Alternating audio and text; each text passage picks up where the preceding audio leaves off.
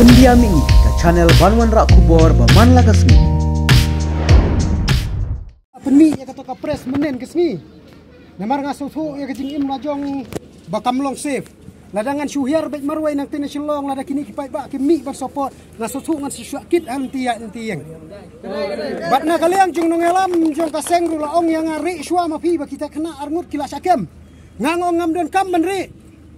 Ngahap benmi namar balai ngam kwa bai kena jungin kem kumbakem kesau. Bila ada bekram dia tanat lu. Ya kita ki bela sakem.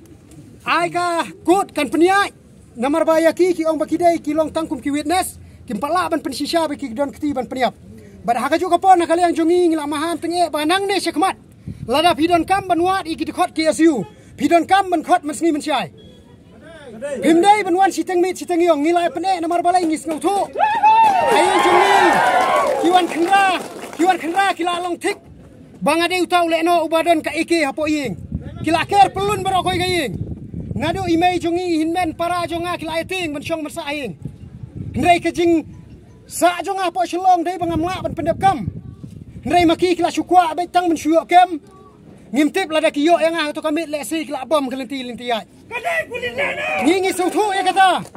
Takadaw na kalian jonga bangan syuhiar menin sane bar sautu iki dikot belasa kem.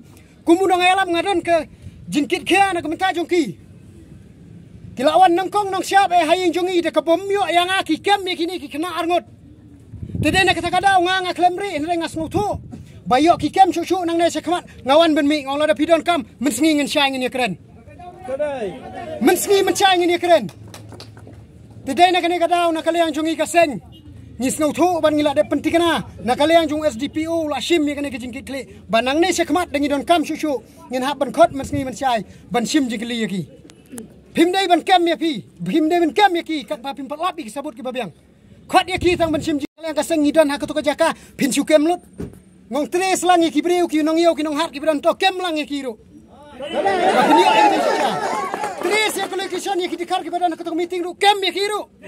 Balai ben tres tang location yo ki nong alam jo kaseng. Na kata kadaw na kalian jo ki la shim ki kle na ne kemat la da ki don kam kin khot men sngi men chai ngin sia pe.